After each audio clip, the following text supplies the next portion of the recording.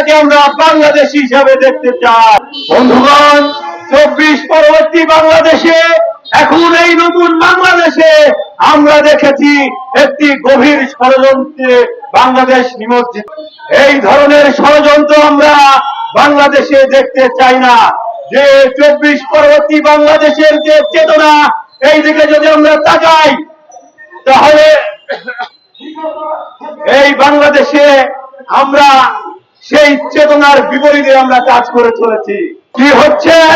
প্রতিনিয়ত খুন হচ্ছে।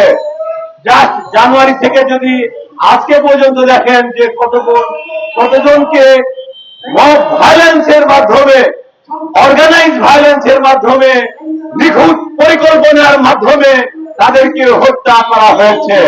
আর যারা হত্যার শিকার হয়েছেন, যারা নির্যাতনের শিকার হয়েছেন, আমাদের